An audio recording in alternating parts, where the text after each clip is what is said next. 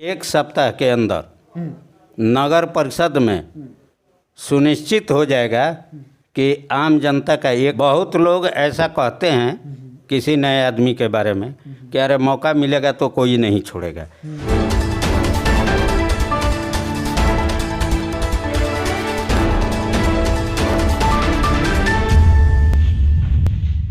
सासाराम नगर निगम तो बन गया, अब होड़ लगी है कि अब इस नगर निगम के प्रथम नागरिक कौन होंगे।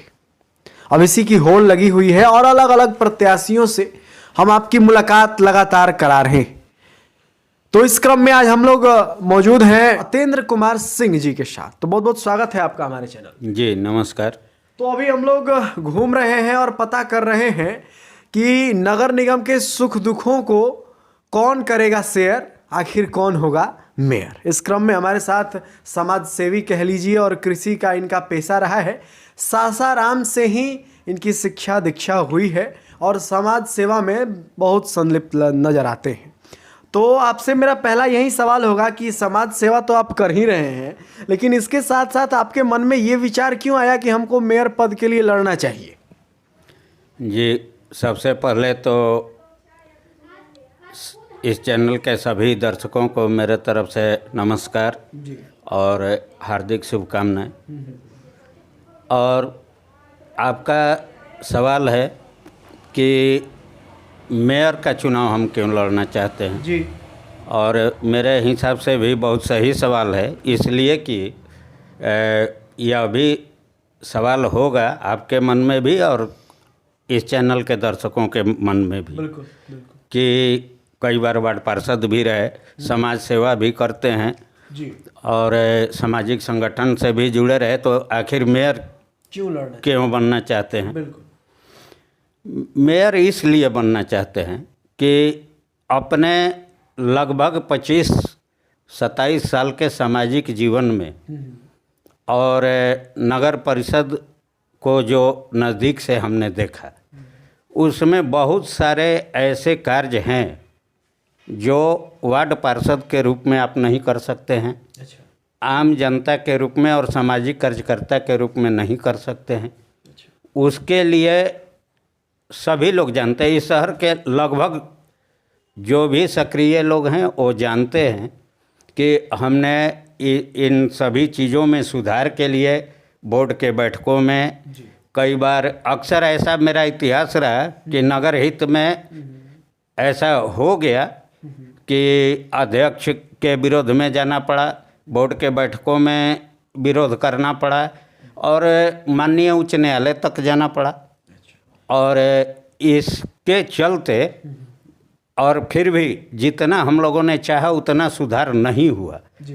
तो अगर मेयर एक ऐसा पद है नगर निगम में कि मेयर अगर चाह जाए तो इस शहर की पूरी सूरत बदल सकती है और इस शहर को खूबसूरत और अच्छा नहीं है सत्येंद्र जी कि मेयर की यदि इच्छा हो तो शहर का कायाकल्प हो सकता है। लेकिन मेरा अगला सवाल ये होगा कि मेयर बनने के लिए बहुत सारे प्रत्याशी हैं और आपको भी पता होगा क्योंकि आप लड़ने वाले हैं, तो आपको पता होगा कि आपके कंपटीशन में बहुत सारे लोग हैं।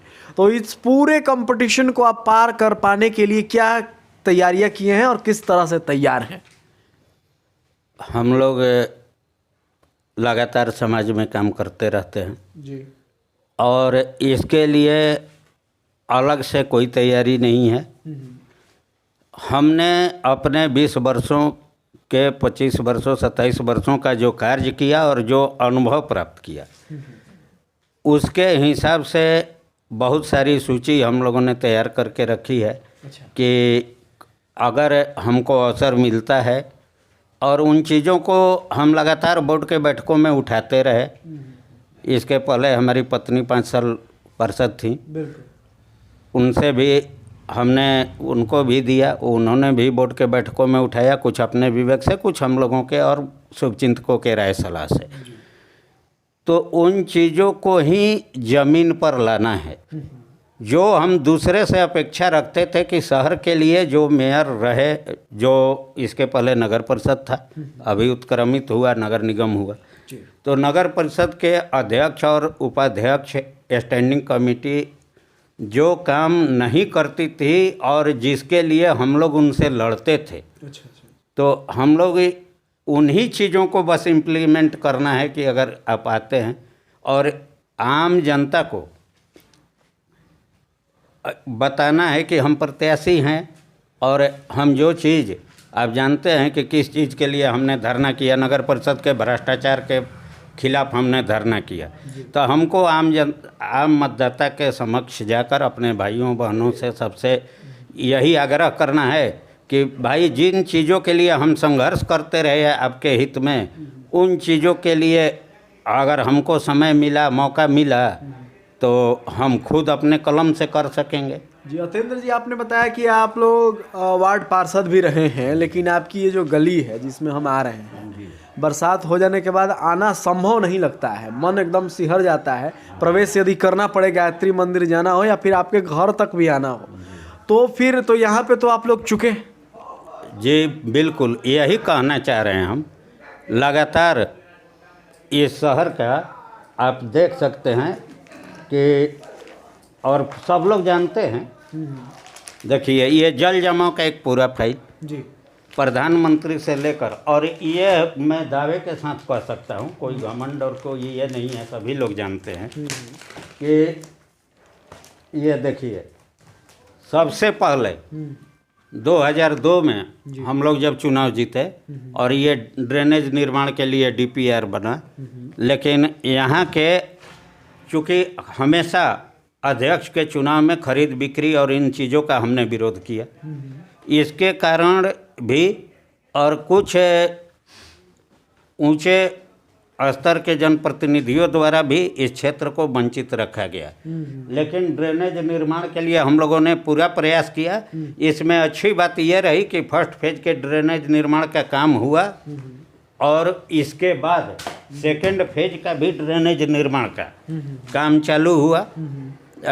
उसका DPR बना, हम लोग मंत्री जी के पास भी जाकर दिए थे, ये सभी लोग जानते हैं, आप सभी मीडिया के बंधु भी जानते हैं। जी, और ये चीज़ सबके सामने हुई थी, जिलाधिकारी महोदय भी साथ में थे, यहाँ के तत्कालीन नगर आयुक्त थे। चलिए इन सभी बातों को हम लोग साइड रख देते हैं और यदि 1 मिनट के लिए मान लेते हैं जी, ड्रेनेज का अभी का जो पोजीशन है आप देख सकते हैं, मेरे मोबाइल में भी है, जहाँ से बैक होके आता था हम लोगों ने संघर्ष करके, चूँकि हम उस जगह पर नहीं हैं, बिल्कुल 74 करोड़ कुछ लाख का उसका DPR है सेकेंड फेज का, जिसमें ये सब एरिया का है, उसमें पूरे शहर का है, बैंक कॉलोनी का है, आपके नटराज होटल से दोनों तरफ का है नाला, इसके बाद धर्मशाला रोड का है, आलमगंज मोड़ से लेकर के नवरत्न बाज़ार जानी बाज़ार होते बस्ती मोड़ तक का है, आपके बौलिया रोड का है,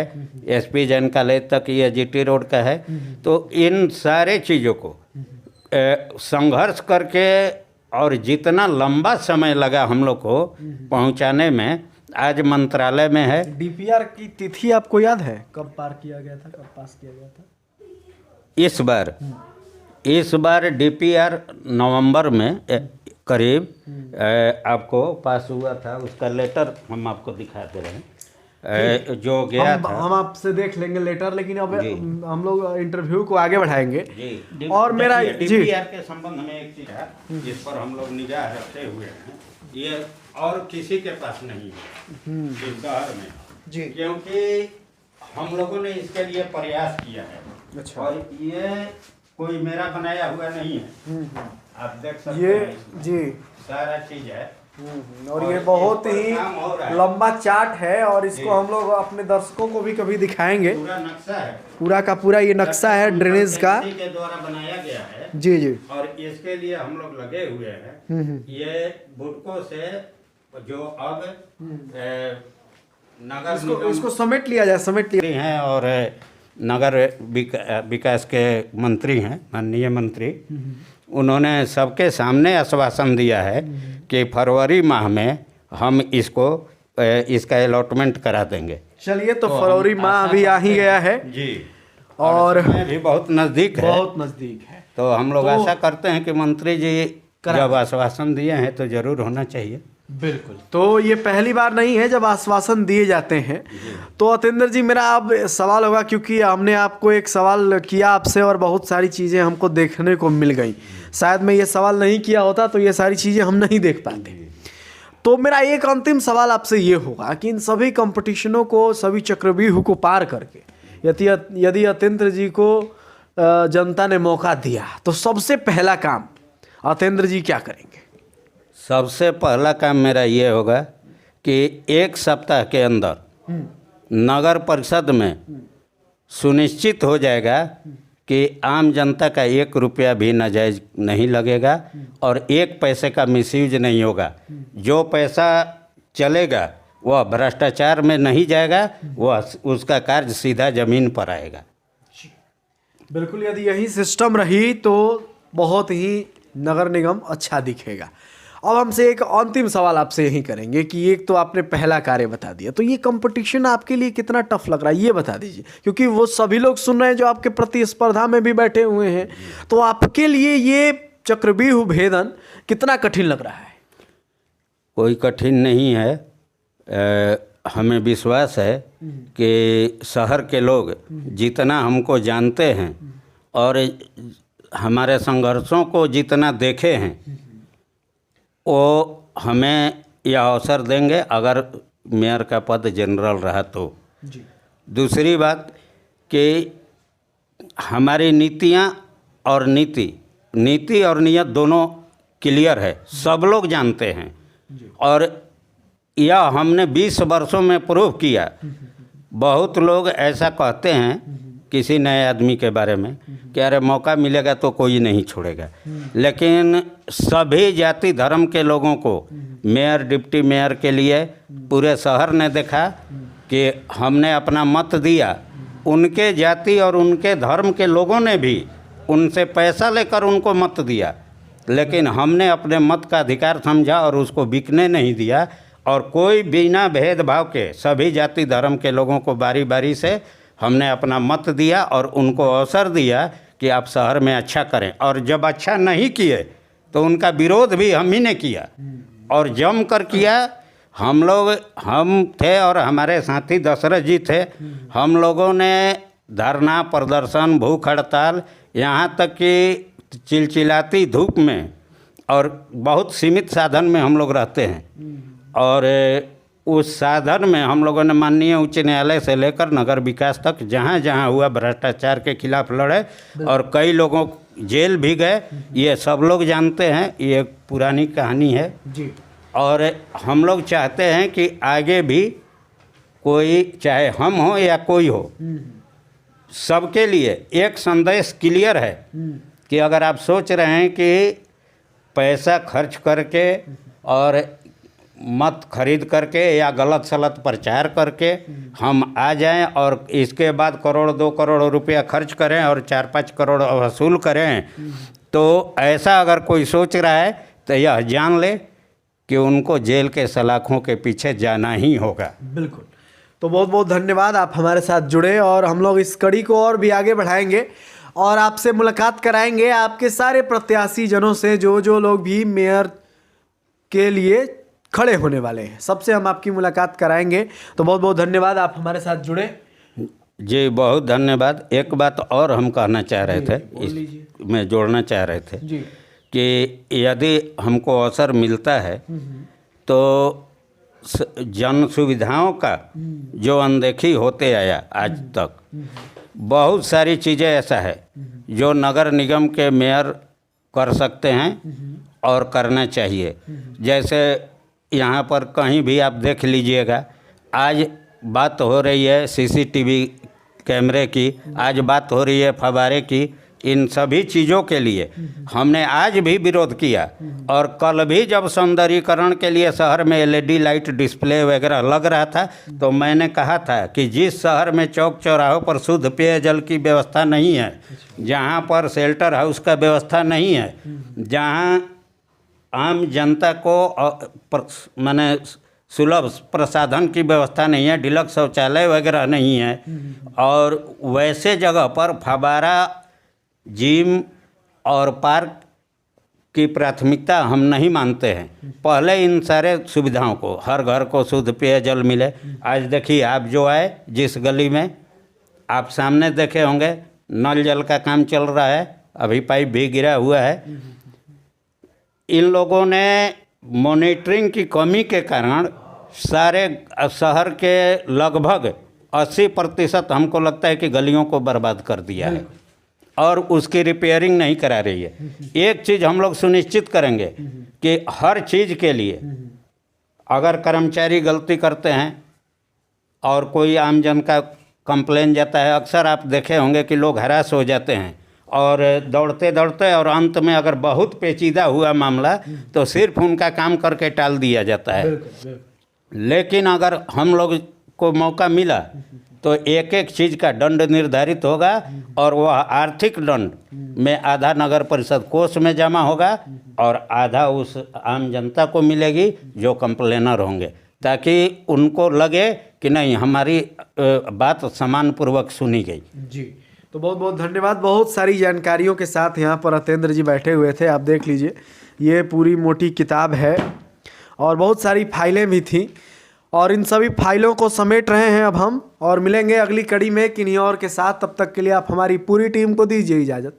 धन्यवाद।